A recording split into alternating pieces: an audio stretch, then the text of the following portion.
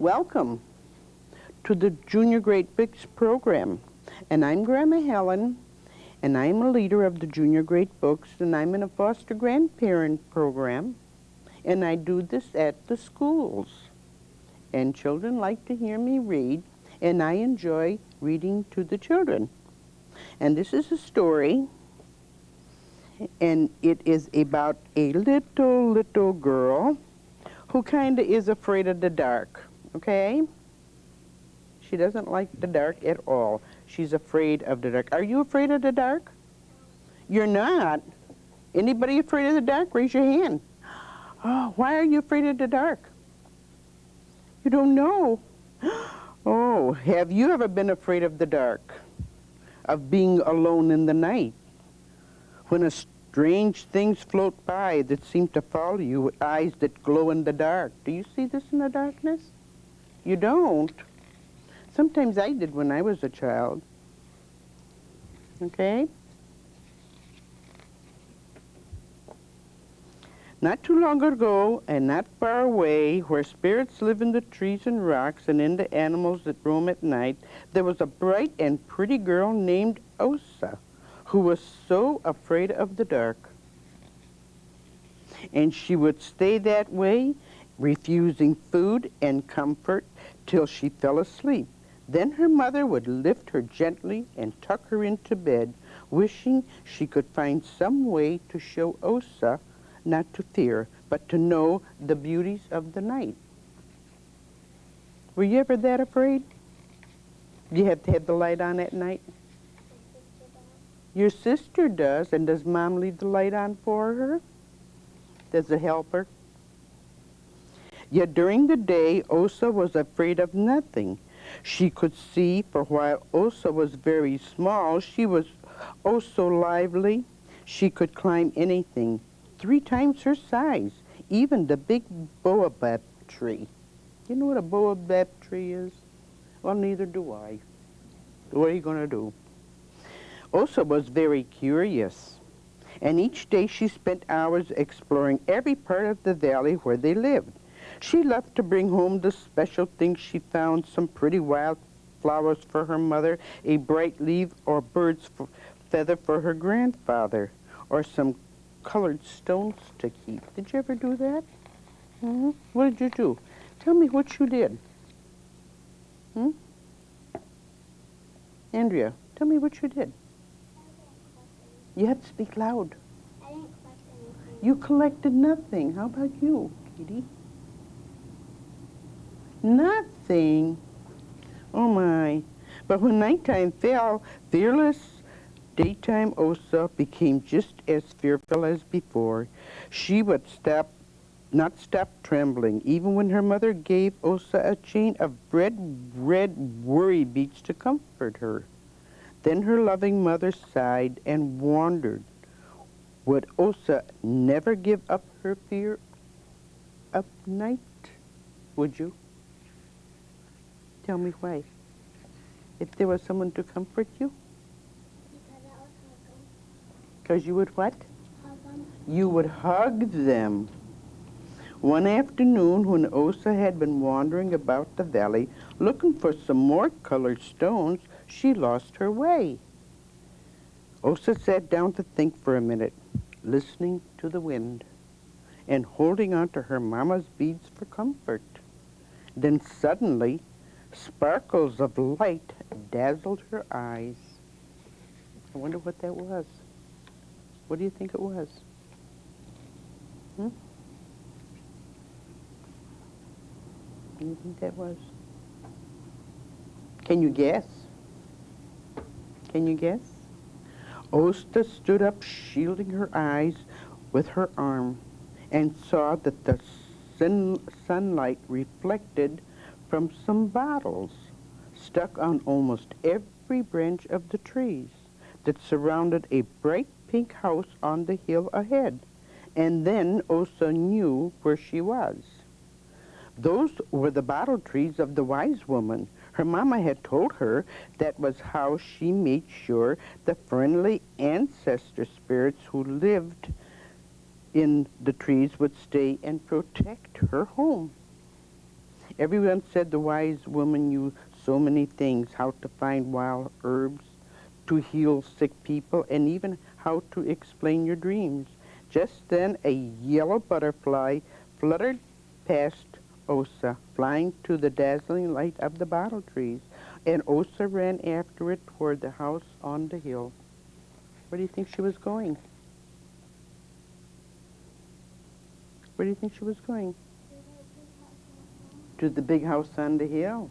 You think that she might have been afraid to do that? No. Because why? Because it was, I mean, Because she knew where she was. yeah. And she kind of knew who was living in that house. Would you have been that brave? No? Why not? Because I might have not known them. You might have not knew him. And you know that maybe would be a good idea not to have gone to that house. What if it was somebody bad? You did not know for sure. That was a good idea. The wise woman was standing outside, sorting some fragrant leaves into piles. Osa asked if she could help, and the wise woman smiled. You can help me dry these herbal tea leaves. She showed Osa how to spread the leaves upon a string. Then she helped Osa climb a ladder and hang the strings of herbs from the roof poles to dry in the clear mountain air. Working together all afternoon like that, they soon became friends. And there they are. And there they are. Finally, they sat down to rest and drink some tea, and the wise woman saw that Osa was getting sleepy from being out in the hot sun. So she lifted Osa onto her lap. Stroking her soft brown hair, she said, "You've been so nice to help me, Osa, and so brave to go up that tall ladder." And Osa hung her head. "I'm not so brave. Not all the time. Not at night." When she thought about the darkness, Osa could feel a shiver go through her, and the wise woman felt it and hugged her close. "Oh, I know how you feel, Osa. I grew up here in the woods, and sometimes when I was alone, I used to get scared too, especially at night." Osa clutched the wise woman's hand. "It's just that darkness hides everything. There are spirits, hungry spirits, wandering about in the dark of night. They could catch me with their long legs, grab me with their long, slippery fingers, stare at me with their burning eyes, and then they would eat me." "You see," Osa whispered, "I could never run fast enough. I am so small, the smallest of the small." You feel sorry for her? Was she a brave person? Was Osa a brave person? No? Would you have been that way if you were in the forest? All alone? You think you would have been the same way? You would have been. Would you have been, oh God, I wish my mom was here. My dad. I want my mother, my father. Yeah. The wise woman smiled and shook her head, pointing to the yellow butterfly floating, nearly warming its brightly colored wings in the warm sunlight.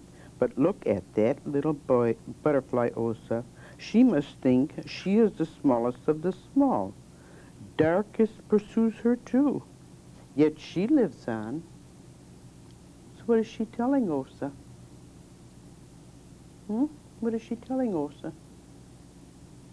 She tries to be as brave as she can. Sometimes what? She tries to be as brave as she can. That she can be as brave as she can. Is she trying to tell her? Even the butterfly is just that small. And yet she goes on and on and on. And here Osa thinks that she is what? The smallest of the small. Sleepy Leon Osa thought about that. Maybe she has a secret. Then she shook her head. but I have no wings to fly. Then Osa heard the wise woman's soft voice. You'll find your own way, you will see. And Osa nodded, and before she knew, she fell into a deep sleep. Osa dreamed that the yellow butterfly flew by, shining brightly, as it carried its own light inside. Brushing Osa's cheek with its soft wings, it seemed to say, follow me, follow me. Osa got up and ran after the little butterfly, whose bright wings beat a path through the darkness. But Osa felt something grab her shoulder, and she turned about quickly. It was only a little branch, but she had lost the brave light of the butterfly. She was all alone. Osa lay down upon the ground and cried, and Osa felt the warmth of the earth beneath her. It was only then Osa felt something inside herself changing. She was growing lighter. Why do you think she was growing lighter? Because she was not being afraid anymore? Huh? You think that could have been the reason? Does anybody have a question about the story so far? Anyone have a question? No?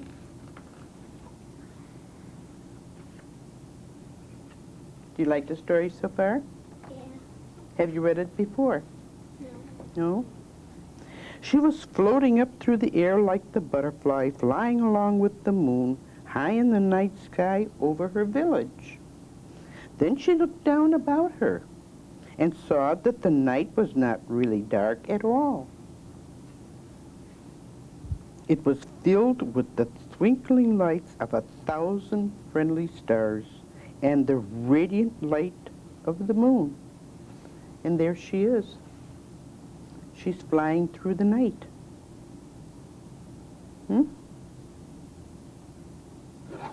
Would you like to have done that? Do you remember a story like this a long time ago? They made a movie of it. You remember the story? Peter Pan?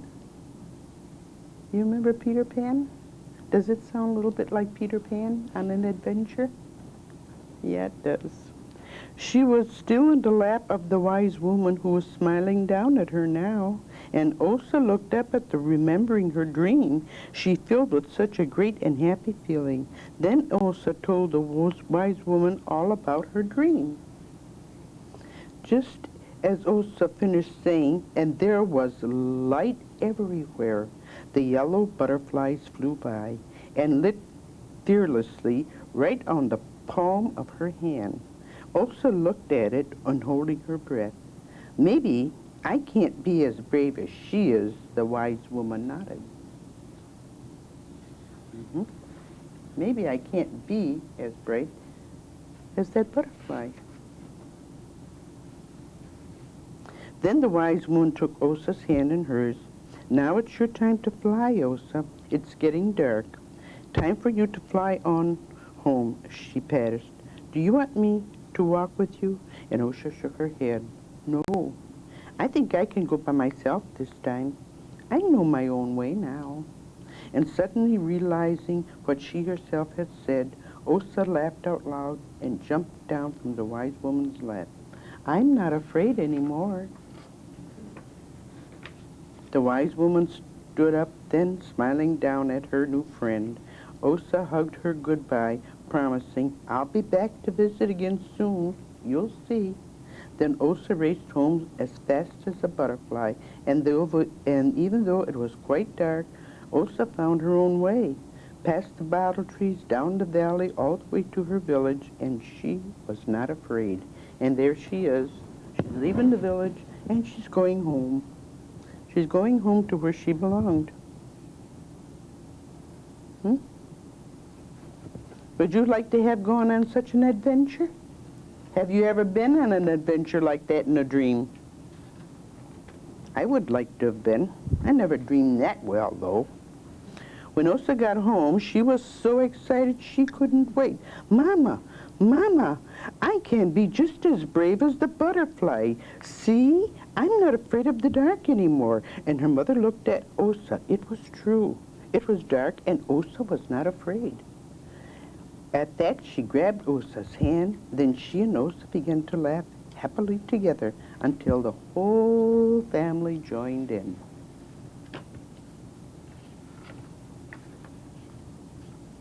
And that is how it came about.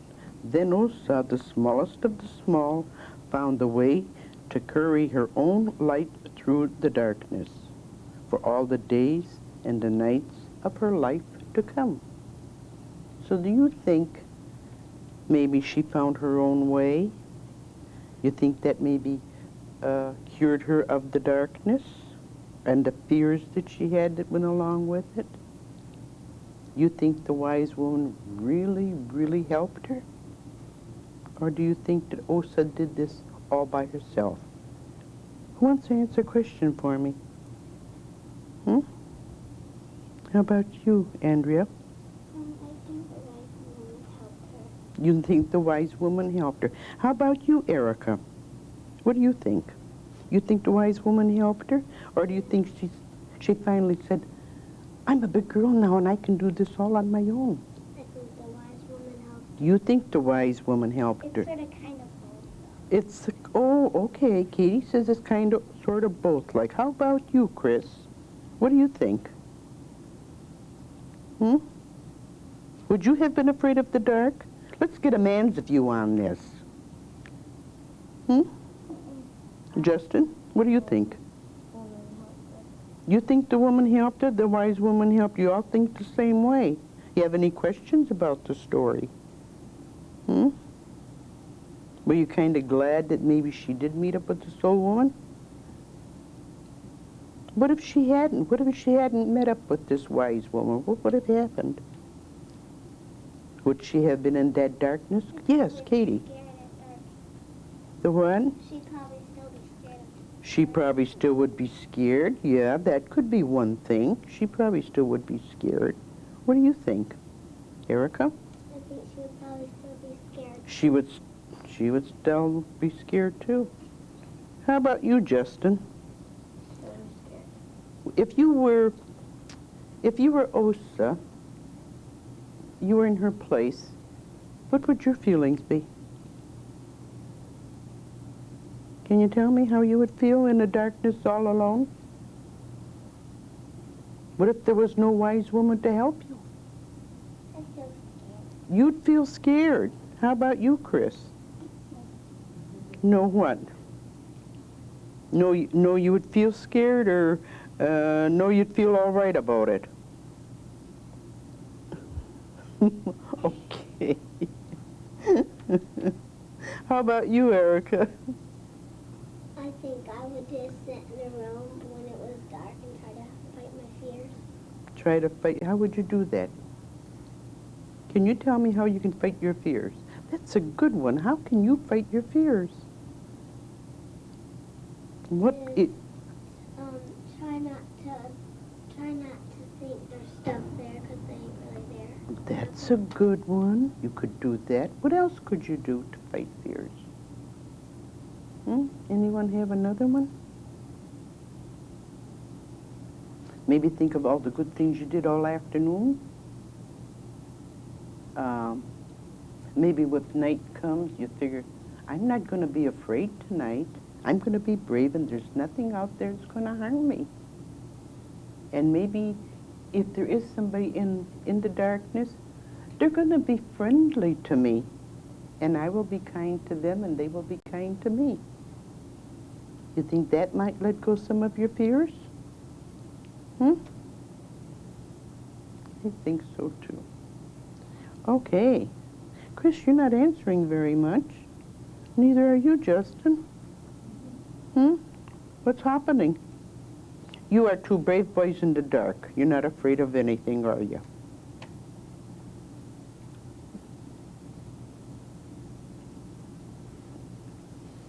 Okay, we can discontinue the story. It's all finished. And I hope you enjoyed it, because I sure did telling it. I hope you enjoyed listening to it. And thank you.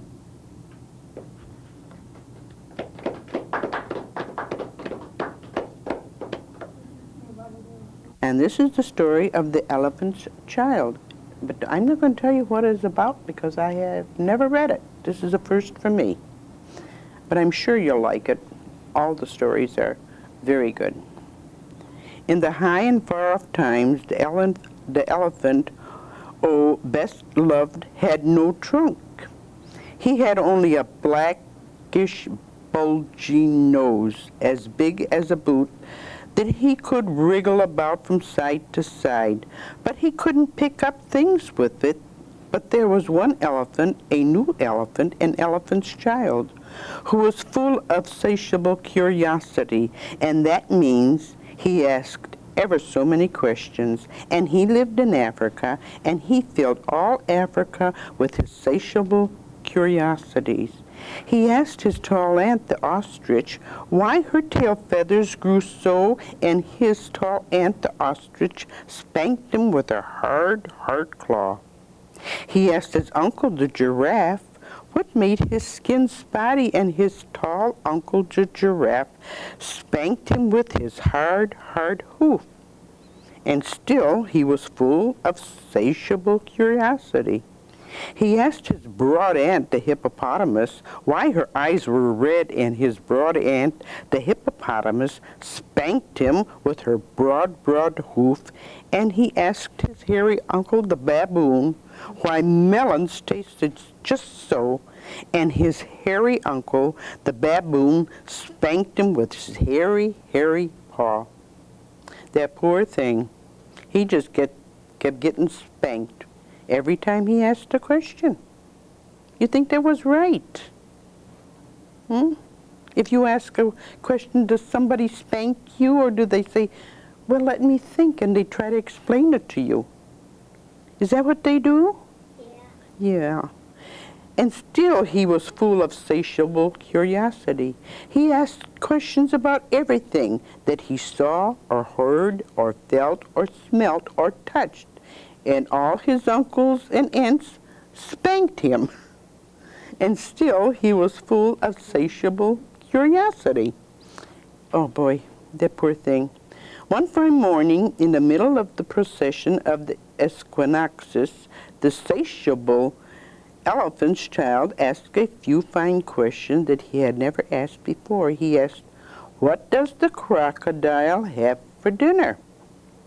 Then everybody said, hush, in a loud and dreadful tone, and they spanked him immediately and directly without stopping for a long time. By and by, when that was finished, he came upon Kolokolo bird sitting in the middle of a wait-a-bit thorn bush, and he said, my father has spanked me, my mother has spanked me, all my aunts and uncles have spanked me for my satiable curiosity, and still I want to know what the crocodile has for dinner. That's all he wanted to know. And the Kolokolo bear said with a mournful cry, go to the banks of the great gray, green, greasy Limpopo River, all set about with fever trees, and find out. That very next morning, when there was nothing left of the equinoxes because the procession had proceeded according to precedent, the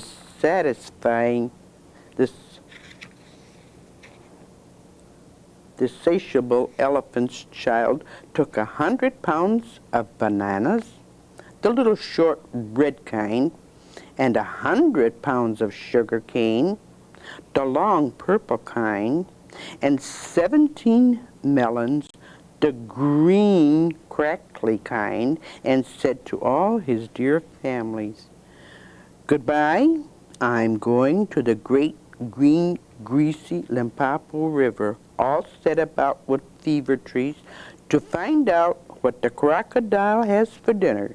And they all spanked him once more for luck, though he asked them most politely to stop.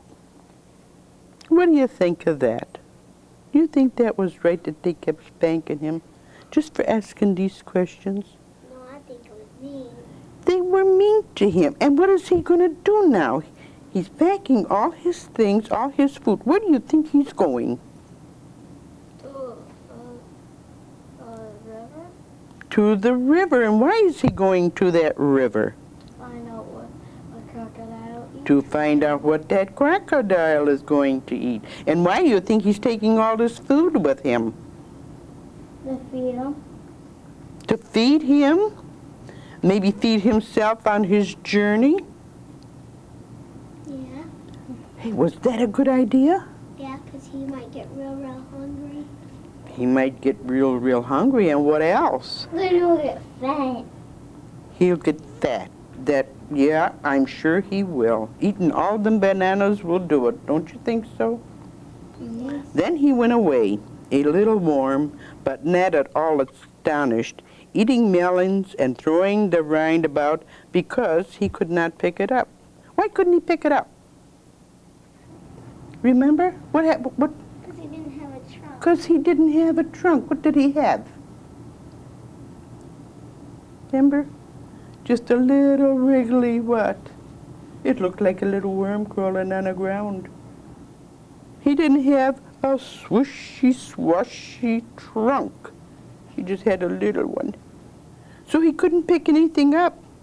They would have not liked him in the parks.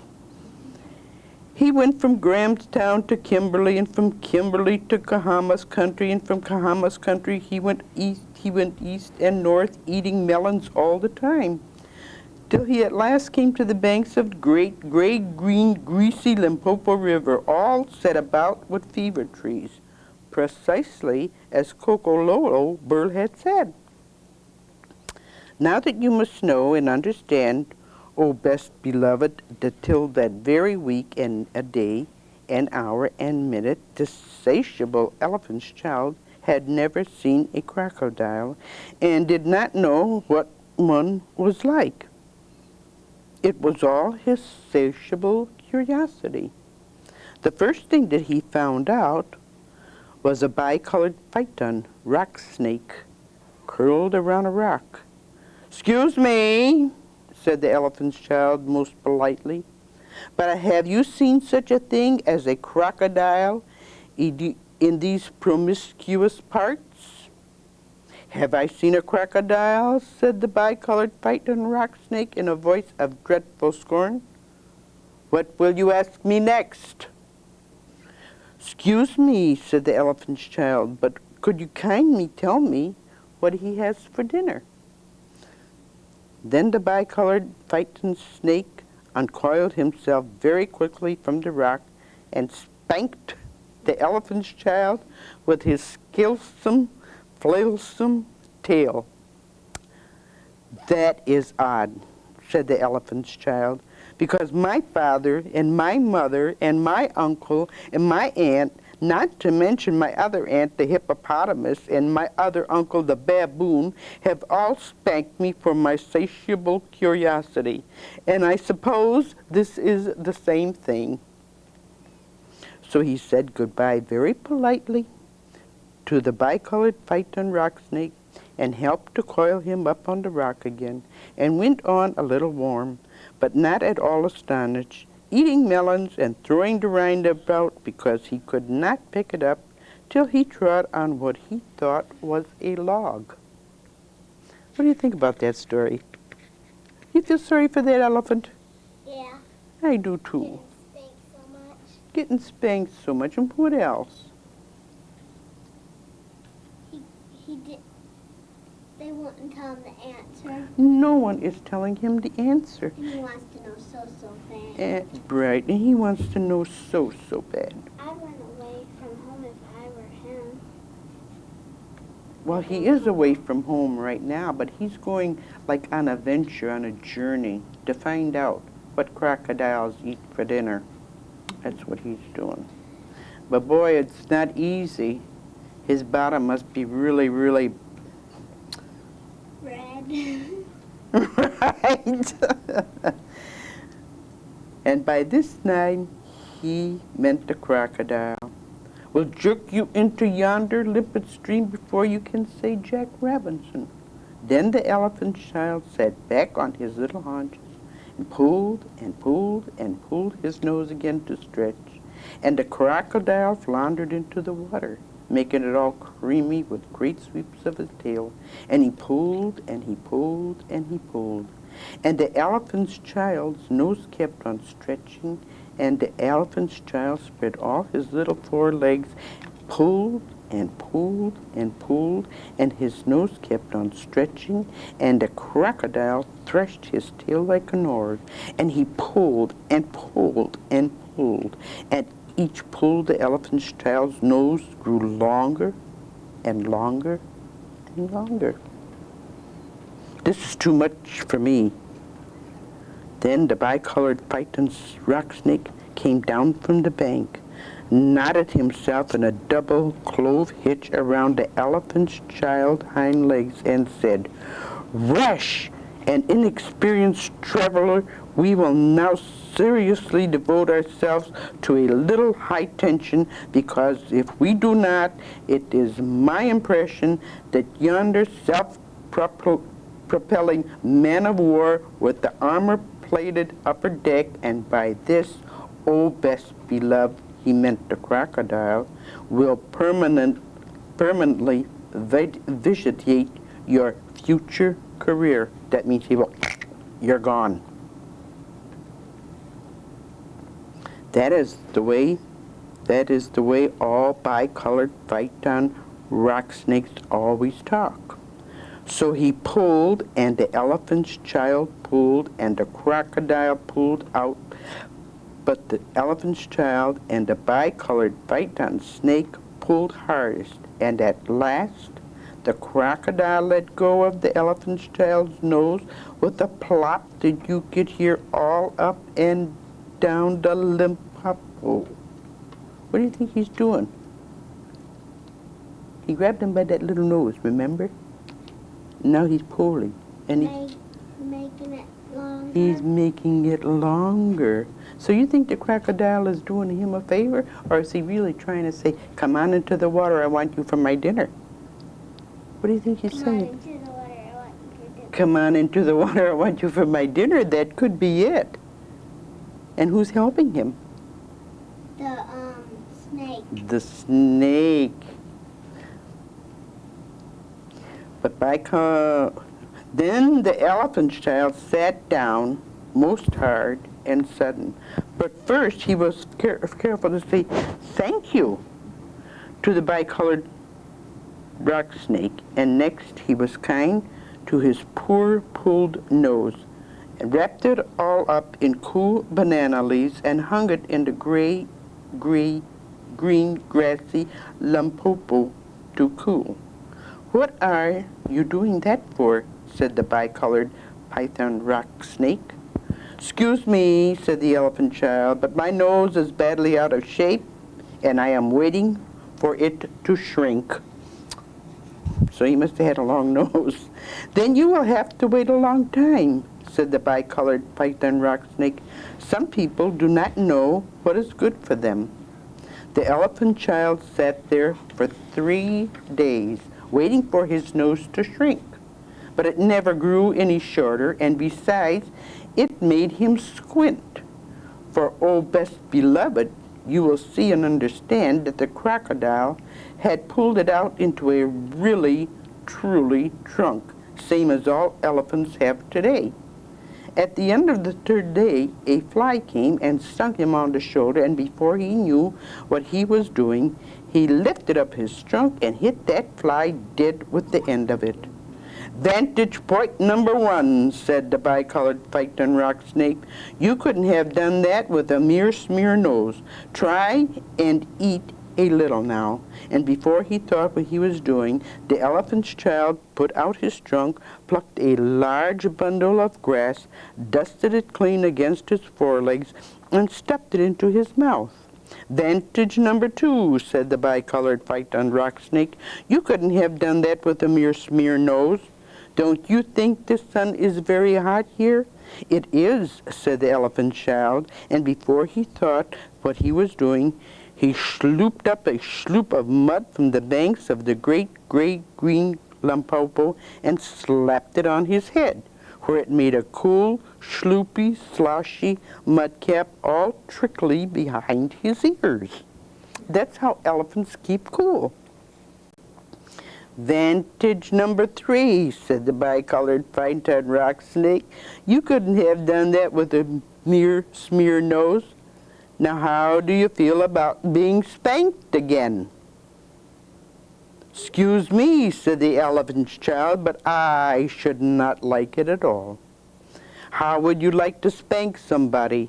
Said the bicolored python rock snake. I should like it very much indeed, said the elephant child. Payback time. Well, said the bicolored python rock snake, you'll find that with the new nose of yours, very useful to spank people with. Thank you, said the elephant child. I'll remember that. And now I think I'll go home to all my dear families and try. So the elephant child went home across Africa, frisking and whisking his trunk. When he wanted fruit to eat, he pulled fruit down from a tree instead of waiting for it to fall as he used to. When he wanted grass, he plucked the grass up from the ground instead of going on his knees as he used to. And when the flies bit him, he broke off the branch of a tree and used it as a fly whisk. And he made himself a new, cool, slushy, squishy mudcap whenever the sun was hot. And when he felt lonely walking through Africa, he sang to himself down his trunk. And the noises was louder than several bass bands. He went especially out of his way to find a broad hippopotamus. She was no relation of his, and he spanked her very hard to make sure that the bicolored python rock snake had spoken the truth about his new trunk. The rest of the time he picked up the melon rinds that he had dropped on his way to the Limpopo, for he was a tidy elephant. And one dark evening he came back to all his dear families, and he coiled up his trunk and said, "How do you do?" And they were very glad to see him. And Emelian said, "Come here and be spanked for your satiable curiosity." "Whew," said the elephant's child. "I don't think you people know anything about spanking, but I do, and I'll show you."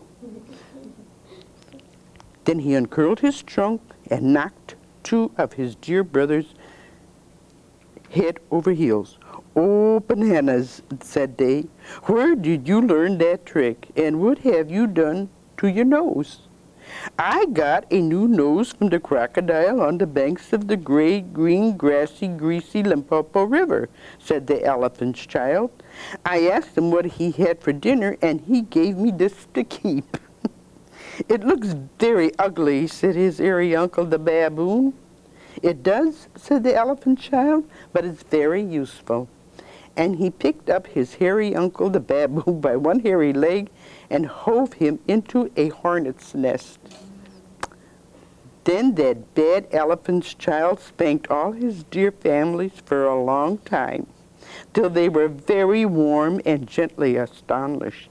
He pulled out his tall ostrich ant's tail feathers, and he caught his tall Uncle the giraffe by the hind leg and dragged him through a thorn bush, and he shouted at his broad aunt the hippopotamus and blew bubbles into her ear when she was sleeping in the water after meals, but he never let anyone touch Colo Colo Bird. At last things grew so exciting that his dear families went off one by one in a hurry to the banks of the great gray green grassy Limpopo River, all set about with fever trees. And when they came back, nobody spanked anybody anymore. And ever since that day, oh, best beloved all the elephants you will ever see, besides all those that you won't have trunks precisely like the trunk of the satiable elephant's child. I thought that was kind of cute. Did you like that story? Yes. Did you like that story? Yes. I did too. That was the first time I read it, and I thought it was great. I have to read it again sometime to the children. They'll like it. It's kind of funny. There's another one that I like to read all the time. It's called The Blue Moose. That is the best story I've ever read. And whenever I read it, I do nothing but laugh. The children enjoy it, and so do I. It's a good story. If you ever come across it, read it. You'll enjoy it. Any questions? Go ahead. I bet his aunt and uncles didn't spank him no more because they knew he was going to spank them back. You think they learned a lesson? Why do you think they went to the Greasy River?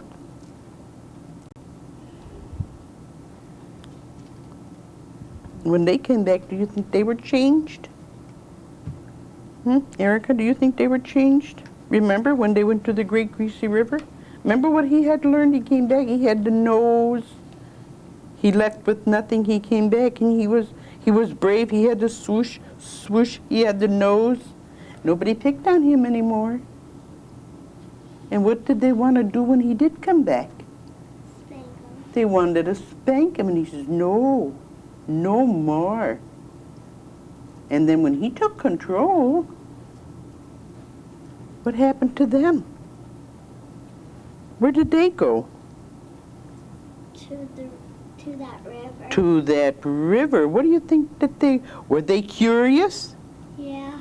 Do you think that they got the same thing that the beloved old elephant got? Mm-hmm. Yeah. You think so? Okay. Well, you know, I enjoyed reading to you very, very well. Did you like listening? Yes. Do you have junior grade books at your school? You do?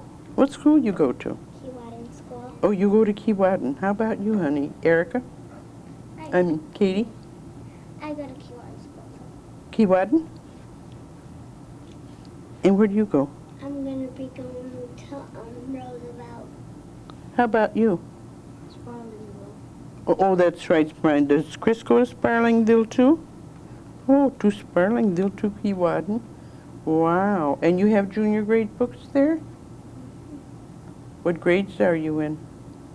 I'm going to third grade. Third grade. Wow. How about you? Fourth grade. Okay. Third. Anxious to go back to fourth? How about you, Chris?